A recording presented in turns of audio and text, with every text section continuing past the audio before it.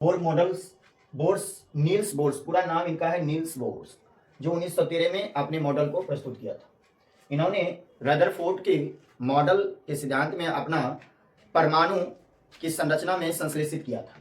इन्होंने बताया था कि नाभिक के चारों ओर इलेक्ट्रॉन प्रत्येक कक्षे में मूव करते हैं। ये जो आप देख रहे हैं इलेक्ट्रॉन प्रत्येक कक्षे में मूव करते हैं। और ये नाभिक के अंदर, इनका तो पहले नाम हो गया नाभिक बाबू, और नाभिक के अंदर प्रोटॉन और न्यूट्रॉन रहते हैं। न्यूट्रॉन पर कोई चार्ज नहीं होता है, न्यूट्रॉन उदासीन होता है। अब प्रोटॉन पे चार्ज होते हैं।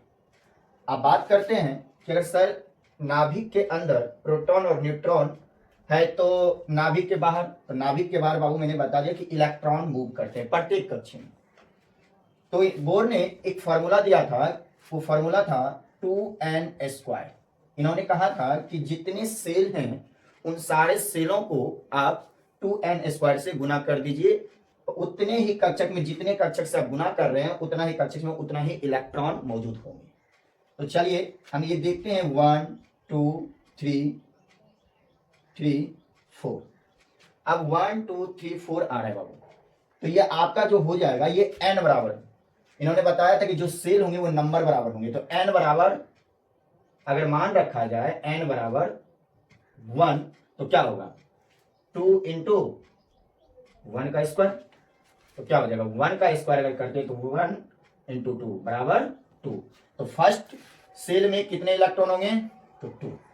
अब वही बात करें अगर नंबर बराबर 2 रख ले तो क्या होगा 2 इंटू 2 का स्क्वायर, तो क्या होगा 2 दूनी 4, 4 से गुना करेंगे क्या होगा 8।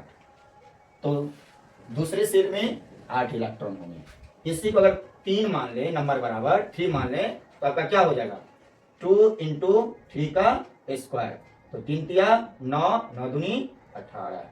तो आपका तीसरा सेल में 18 इलेक्ट्रॉन।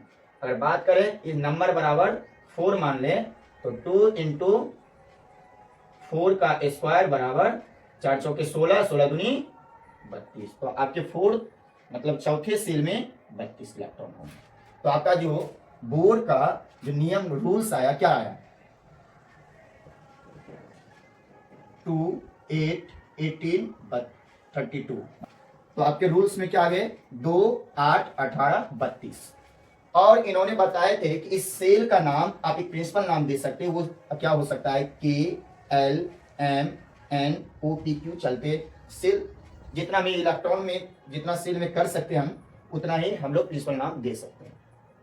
अब अगर बात की जाए 2 8 18 32 अगर इसका किस प्रकार यूज होता है तो हम यूज करना चाहते हैं तो 2 8 18 32 का जो यूज करेंगे हम लोग कोई तत्व के लिए इलेक्ट्रॉनिक विन्यास निकालते हैं जो कि बोर का परमाणु मॉडल के सिद्धांत पर निकलता है वो चीज वो आई।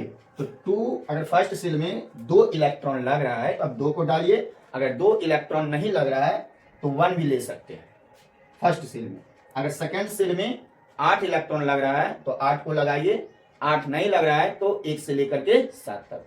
सेम प्रोसेस थर्ड में, अगर 18 इलेक्ट्रॉन लग रहा है तो 18 लगाइए, 18 9 10 8 12 11 नहीं कर लीजिए। फर्स्ट में क्या करिएगा 18 अगर नहीं लगेगा तो आप 8 को लगाइएगा, 8 नहीं लगेगा तो 1 से लेकर के 7 लगा लीजिए। सेम प्रोसेस 32 में, अगर 32 लगा फोर्थ सेल में, 32 नहीं लगा तो पहले 18, 18 नहीं लगा तो पहले 8, 8 नहीं लगा तो 1 से लेके 7। मुझे पूरा उम्मीद होगा कि आप ये समझ चुके होंगे। तो आइए हम लोग एक तत्व का इलेक्ट्रॉनिक विन्यास निकालते हैं। मानिए कि जिस प्रकार की Mg12 होता है मैग्नीशियम। अगर बात करें तो फर्स्ट सेल में 2, सेकेंड में 8, तो यहाँ पे कितना 12, 8 2 10 पूरे गया, तो कितने इलेक्ट्रॉन की कमी दिख रही है।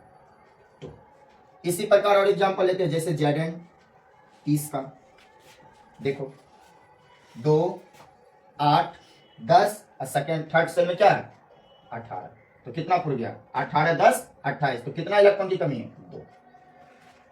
एक और एग्जांपल ले लेते हैं Ag 47 का, क्या होगा 2 8 18, इसमें तो कोई दिक्कत नहीं है क्योंकि हम कंटिन्यू चलते रहे।